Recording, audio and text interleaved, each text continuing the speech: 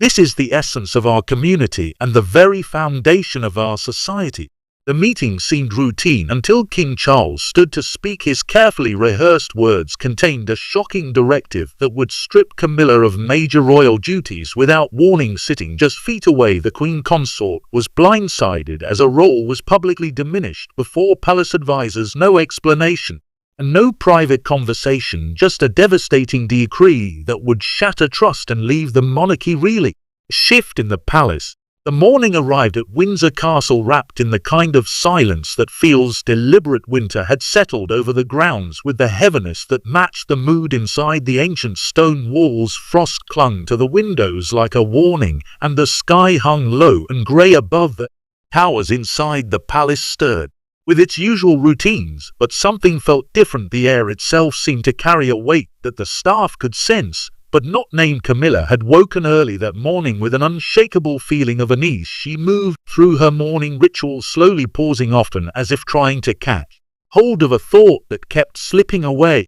Her tea grew cold on the bedside table, while she stood at the window staring out at the frozen gardens. Everything looked normal, everything felt wrong. Charles had been distant for weeks now, not in an obvious way that she could point to or complain about. He still attended dinners.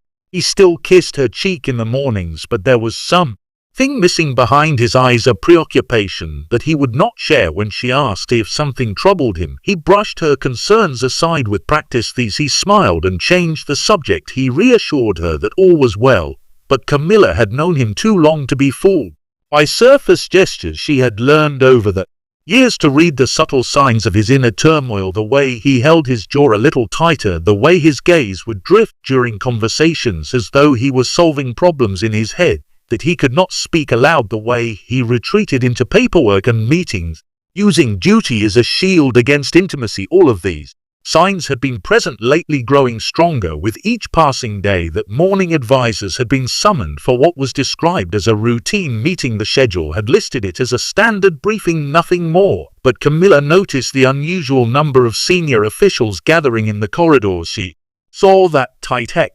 expressions on their faces as they filed into the conference room. These were not the relaxed faces of men attending a routine discussion. These were the faces of people bracing for impact. She was expected to attend as well. Her presence at such meetings had become normal over the years, a symbol of her position and her partnership with Charles. She had earned her place at the table through decades of service and support.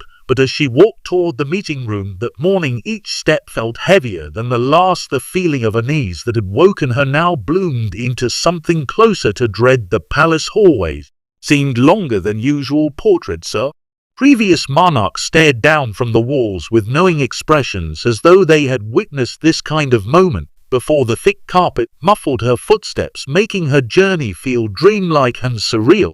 Staff members she passed offered polite nods, but avoided her eyes. Did they know something she did not, or was she imagining the tension in their faces? When she reached the doorway of the conference room, she paused. Through the partially open door, she could see Charles already seated at the head of the table. His posture was rigid, formal in a way that felt rehearsed. His hands were folded on the table before him, and his expression was carefully neutral. He looked like a man about to deliver news he had practiced saying but dreaded speaking aloud. Camilla took a breath and stepped inside. The room fell into a deeper silence as she entered. Eyes turned toward her briefly before looking away. She took her usual seat, her heart beating faster than it should. Whatever was about to happen, she understood in that moment that it would change everything. The winter morning outside seemed to press against the windows, as cold and unforgiving as the atmosphere in the room. The announcement.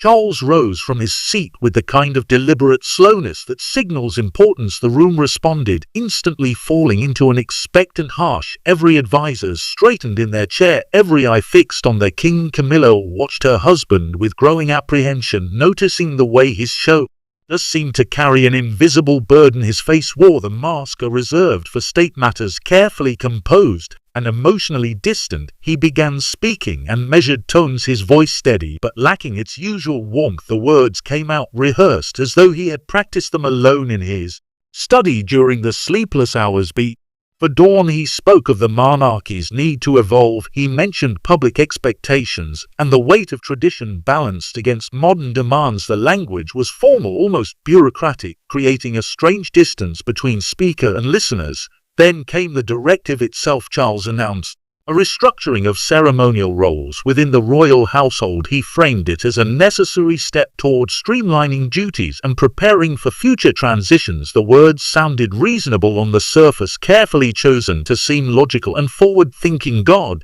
as he continued, the true nature of the announcement began to emerge from beneath the diplomatic phrasing buried within the careful language was a stunning revelation. Certain major duties currently held by the Queen Consort would be reassigned. Key ceremonial responsibilities that Camilla had undertaken for years would now be distributed among other members of the royal family. Her presence at specific state functions would no longer be required. Her role in certain charitable patronage would be reduced. The specifics were delivered in dry administrative terms, but their meaning was unmistakable. Camilla felt the words land like physical blows. Her face remained composed through 2 years of trained discipline, but inside she was reeling. She had received no warning, no private conversation to prepare her for this public diminishment. Charles had not looked at her once since beginning his announcement. He kept his gaze fixed on the middle distance as though addressing the room at large rather than speaking to individuals who would be affected by his words. The advisors around the table absorbed the news in shocked silence. No one moved, no one dared to glance toward Camilla to gauge her reaction. The tension in the room grew thick enough to choke on. These were experienced courtiers who had witnessed countless royal drama. As yet even they seemed stunned by what they were hearing. A few shifted uncomfortably in their seats. Others stared at the papers before them, as though the documents might offer some explanation for this unexpected turn. Charles continued speaking, adding details about implementation timelines and transition procedures. His voice never wavered. He maintained his authoritative tone throughout, giving no hint of the personal cost behind the decision. But those who knew him well could see the strain in the tight corners of his mouth, the rigid set of his jaw. This was not a man enjoying his exercise of power. This was a man forcing himself through an ordeal. When he finally finished, the silence that followed felt endless. No one seemed to know the appropriate response. No questions were asked, no objections were raised. The decree had been delivered from the throne, and there was no mechanism in place to challenge it in that moment. Camilla sat frozen in her chair, her hands gripped together in her lap beneath the table where no one could see them, trembling. Her mind raced with questions that had no immediate answers. Why had he done this? Why had he not spoken to her first? What had she done to deserve this public humiliation? But her face betrayed nothing. She had learned long ago how to suffer in silence while maintaining a perfect royal facade. The weight of humiliation. The meeting concluded with a formality that felt suffocating. Papers were gathered, chairs scraped against polished floors. Advisors rose and departed with unusual haste, eager to escape the uncomfortable atmosphere that had settled over the room like fog. No one lingered for the customary small talk that usually followed such gatherings. The silence spoke volumes that words could not. Camilla remained seated for several seconds after the others began to leave, her body refusing to obey the command to stand. She felt exposed and vulnerable in a way she had not experienced in years. Every eye that avoided hers felt like confirmation of her humiliation. Every advisor who hurried past without speaking reinforced the message that her status had fundamentally changed in the span of a single announcement. Finally, she forced herself to rise. Her legs felt unsteady beneath her, but she willed them to carry her with dignity. She would not give anyone the satisfaction of seeing her crumble. She had survived scandals and public hatred before, had endured years of being cast as the villain in a story the world loved to tell. She had learned how to hold her head high when everything inside her wanted to collapse. She left the conference room without looking at Charles. She could not trust herself to meet his eyes in that moment. If she looked at him, she might break. If she looked at him, she might demand answers in front of witnesses. So she walked past him as though he was simply another piece of furniture in the room, her face a carefully maintained mask of composure. The palace corridor stretched before her like an endless maze. Her footsteps echoed off the high ceilings and ancient walls, each sound a reminder of how alone she felt. Staff members she passed seemed to materialize from nowhere and disappear just as quickly as though they sensed her need for solitude. Or perhaps they had already heard what happened and wanted to avoid the discomfort of encountering her. She walked, without destination at first, simply moving because staying still felt impossible. The familiar paintings and tapestries that lined the walls offered no comfort. The grand architecture that usually made her feel part of something important now felt like a prison. Every room held memories of duties she had performed, responsibilities she had shouldered, years of service that now seemed meaningless in light of what had just occurred. Her mind replayed the meeting over and over, searching for clues she might have missed. Had there been warnings she failed to notice? Had their recent distance been his way of preparing for this moment? The questions multiplied faster than answers could form. Each possibility felt worse than the last. The uncertainty was almost more painful than the public stripping of her duty. What hurt most was the method of delivery. If Charles had come to her privately, if he had explained his reasoning and asked for her understanding, she might have found a way to accept it. She might have even agreed that changes were necessary. But to blindside her in front of advisors, to reduce her role through official decree without warning, felt like a betrayal that cut deeper than any policy decision. She finally found herself and her private sitting room, a space that had always been her refuge within the palace walls. She closed the door behind her and leaned against it, allowing herself a moment to simply breathe. The composure she had maintained through the corridors finally began to crack. Her hands shook, her vision blurred with tears she refused to let fall. For the first time in their decades together, Camilla wondered if Charles truly understood what he had done to her. The king's burden. Charles remained in the conference room long after the last advisor had departed. He stood at the window with his hands clasped behind his back, staring out at the frost-covered grounds without really seeing them. The room felt cavernous in its emptiness, the silence pressing down on him with an almost physical weight. He had delivered his announcement with the authority expected of a king, but now that authority felt hollow and bitter. He had not slept properly in weeks. The decision had consumed him during countless sleepless nights, turning over and over in his mind like a puzzle with no satisfying solution. He had rehearsed the words until they lost all meaning, practicing in front of mirrors and empty rooms until his delivery became mechanical. But nothing had prepared him for the actual moment of speaking those words, while Camilla sat just feet away, unaware of what was coming. The way she had left the room haunted him already, that careful composure, that refusal to meet his eyes, that dignified exit that somehow conveyed more pain than tears ever could. He knew her well enough to understand what that composure cost her. He had seen behind her public mask often enough to know the woman who lived beneath it, vulnerable and sensitive despite her polished exterior. This decision had not come from anger or resentment. Charles felt no desire to punish Camilla or diminish her importance in his life. If anything, the choice had torn at him precisely because of how much he valued her.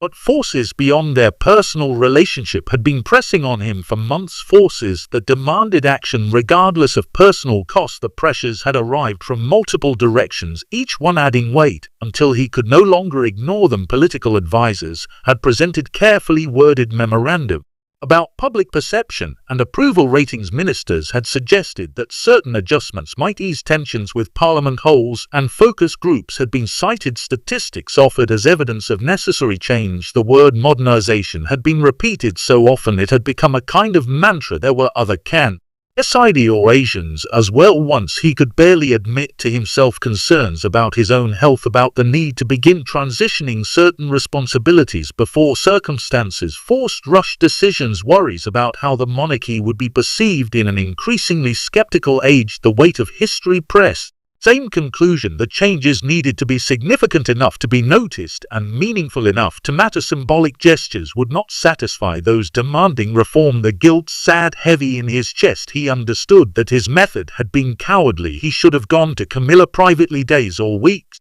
ago. He should have explained the pressures he faced and asked for her understanding. He should have given her time to prepare, to process, to ask questions in the safety of their private quarters rather than forcing her to maintain composure in front of others. But he had convinced himself that a private warning would only prolong her suffering. He had told himself that swift action would be kinder than drawn-out anticipation. In truth, he now realized he had simply been afraid of her reaction, afraid of having to defend a decision he was not entirely sure was right. Afraid of seeing the hurt in her eyes before it became inevitable, Charles turned from the window and looked at the empty chair where Camilla had during the meeting. He could still picture her face in that moment when understanding dawned. That flicker of shock she had quickly suppressed, that memory would stay with him, he knew, joining the collection of regrets that accumulated over a lifetime of duty.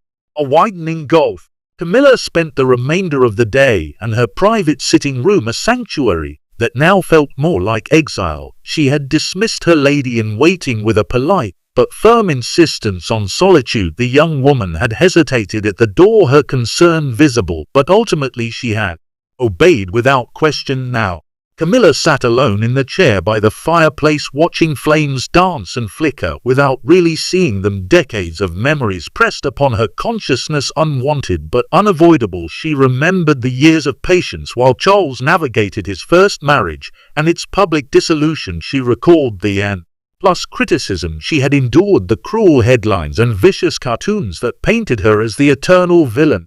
She had weathered all of it because Charles had asked her to, because she believed they would eventually find peace together. She had supported him through his mother's death and his ascension to the throne. She had stood beside him during the awkward early days of his reign when commentators questioned whether he was too old or too set in his ways to be an effective monarch. She had learned her duties as queen consort with the same determination she had applied to every challenge in her life, refusing to let critics claim she was not up to the task, and for what to be stripped of those duties without warning or explanation, to be reduced in status by the man she had sacrificed so much to support. The questions circled through her mind like vultures, offering no comfort and no answers.